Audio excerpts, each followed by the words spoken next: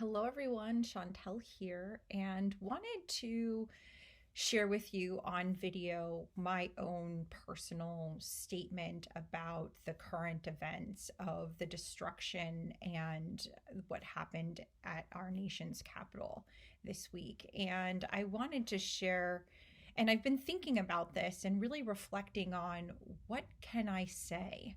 What do I want to say? And what can you say to the terrorist attack that happened in our nation's capital by Americans? What do you say when America attacks itself?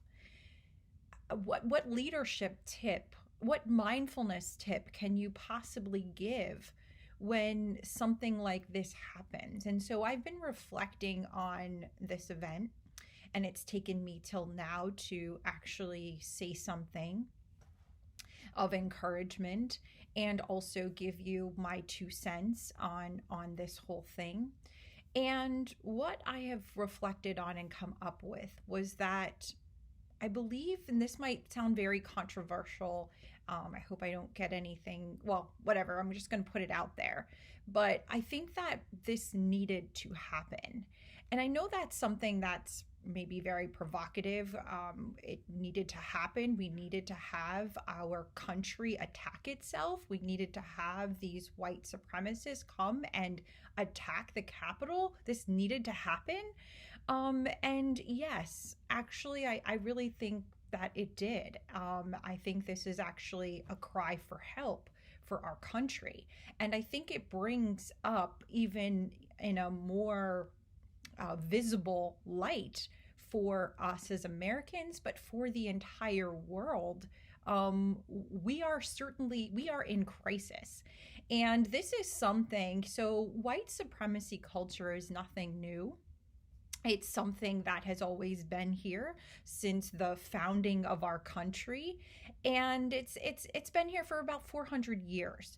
But it's also been very covert, right? We don't really want to talk about it. It's hush hush, white supremacy. Oh, that's bad. And so we don't actually talk about it. It's all covert.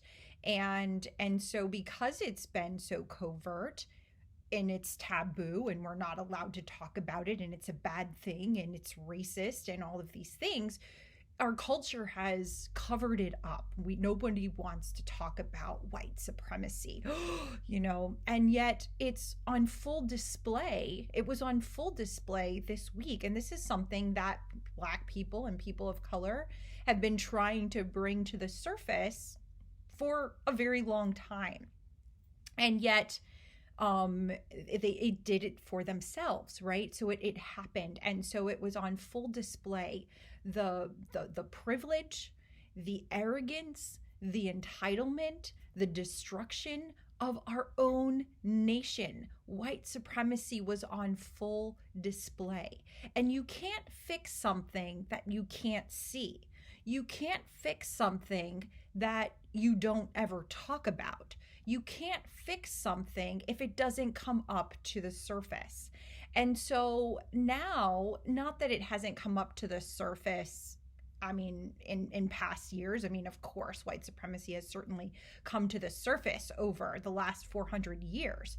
But this is a bigger moment, I think, for our white supremacy culture of a nation. This is a bigger moment on full display to really see what we're dealing with here. And if we don't control this, white supremacy is soon going to control us.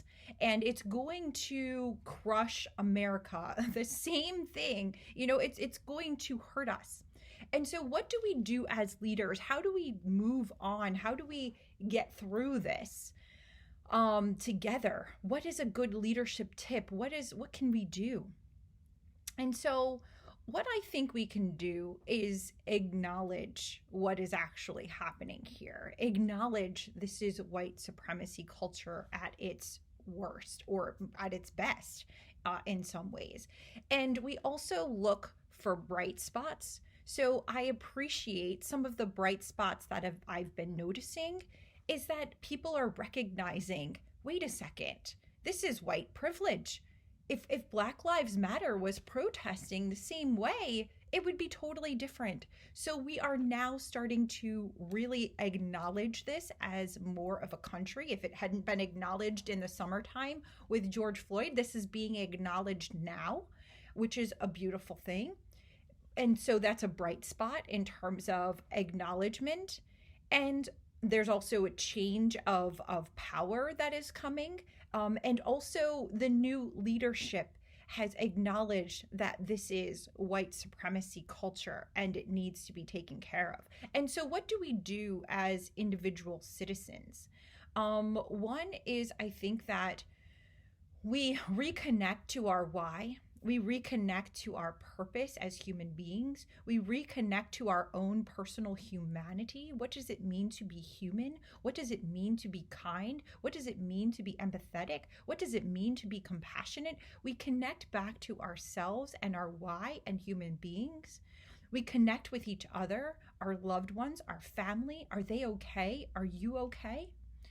We find the bright spots that are happening and we move forward in the bright spots. And I think that the bright spot is acknowledging, and now it's actually doing the work of dismantling this systemic racism in our culture. And it's a cry for help that we need to dismantle this. This is exactly what this is a cry for help to dismantle the destruction, the privilege, the arrogance, the entitlement. It's the time to dismantle that so that we can all come together as human beings. So, my mindfulness leadership tip for you all is to reconnect with your own humanity, reconnect with your own reason for being, reconnect with empathy and compassion to others, and find the bright spots and use that as leverage to move forward to help dismantling what is starting to destroy us. Let's come together and build on dismantling the destruction that is currently happening. That's my 2 cents. I know it took a little bit longer than I normally do, but thank you for listening. See you soon.